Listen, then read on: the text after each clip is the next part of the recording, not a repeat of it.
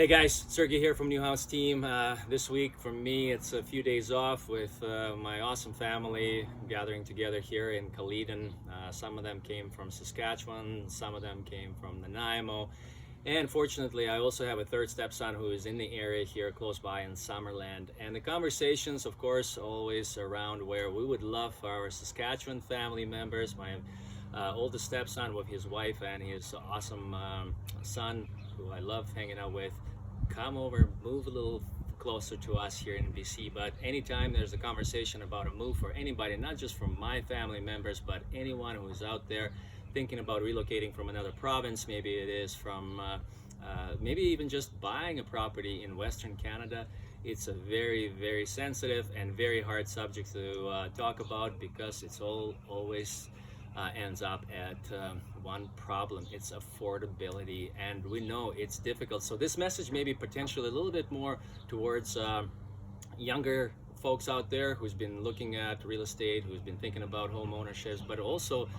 for anybody who is out there looking for creative strategies. And one of the interesting aspects that we start seeing, which is kind of new and not so much, because generations for multiple years now been coming together and living in those homes where parents living with children, with their kids, maybe creating space where it's an independent legal suites.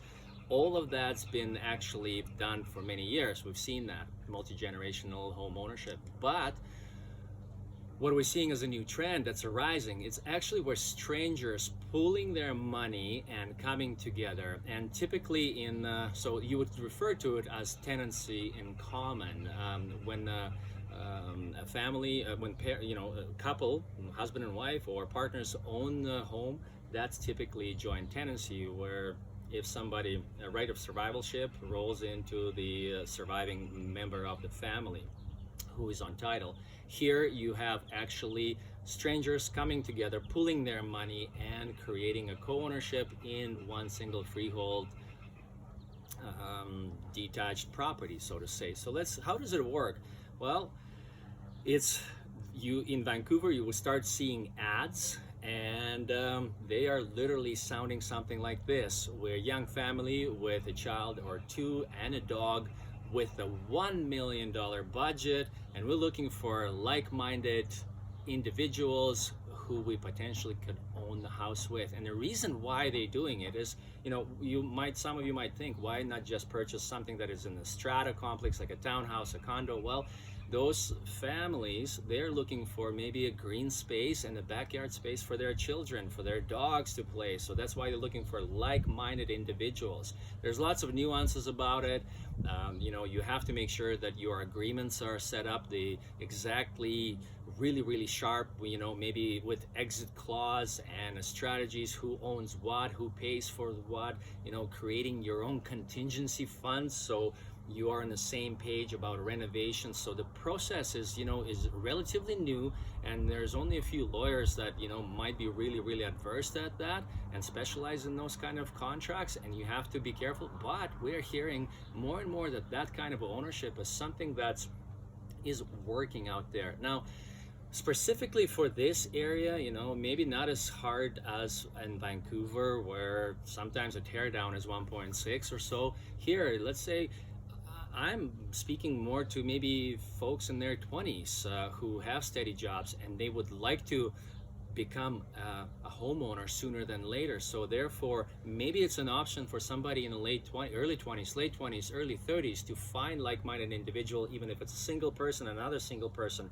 Now you are qualifying for mortgage as a joint unit, and it is possible, it is happening, and therefore it is another option. So guys, we know affordability is a problem right now for a lot of young people, and it's really, really close to my heart, because I do have, three stepkids who are, three stepsons who are, luckily one of them already owns in BC, the other one's in Saskatchewan, as I said, but the one in Nanaimo is renting, and eventually they'll have to somehow try to get in this crazy, crazy market. But maybe it is an option. Anyways, it's not for everybody. It is just an opportunity to explore for some of you. And I hope you found this information helpful. If you need a little bit more information, if it's happening here in the local market in South Okanagan, reach out to our New House team and we'll be there for you. But hey, by the way, you're probably wondering what the hell do I have here? Well, let me tell you, I never done it before, but I wanted to throw it out there. We had a blast this week while hanging out with the family members here and with the grandson around this game. We picked it up for $100 from Costco. Again, I'm not getting any, kickbacks from it. I'm not going to be attaching links, but if you are a Costco member, go out there and grab it. It's $100. It's the coolest game. Basically, axe throwing. Guys, check it out. It's a very light plastic axes that designed to stick to this board. And come a little closer, Scott, please. Check it out. See how it works. It's actually has those little hairs that about 3-4 inches long, and then the axe, it's basically sticks in there. So check it out. Again, harmless. We set it up where we have a tarp against our big bushes there, and we would literally, oh, it comes apart. We literally set it up here, and then we know our axe is not going anywhere. Let's see how good I am. Enjoy the weekend, guys. If you got any questions, reach out to us. We'll be there for you. Bullseye! And I missed next one. Peace.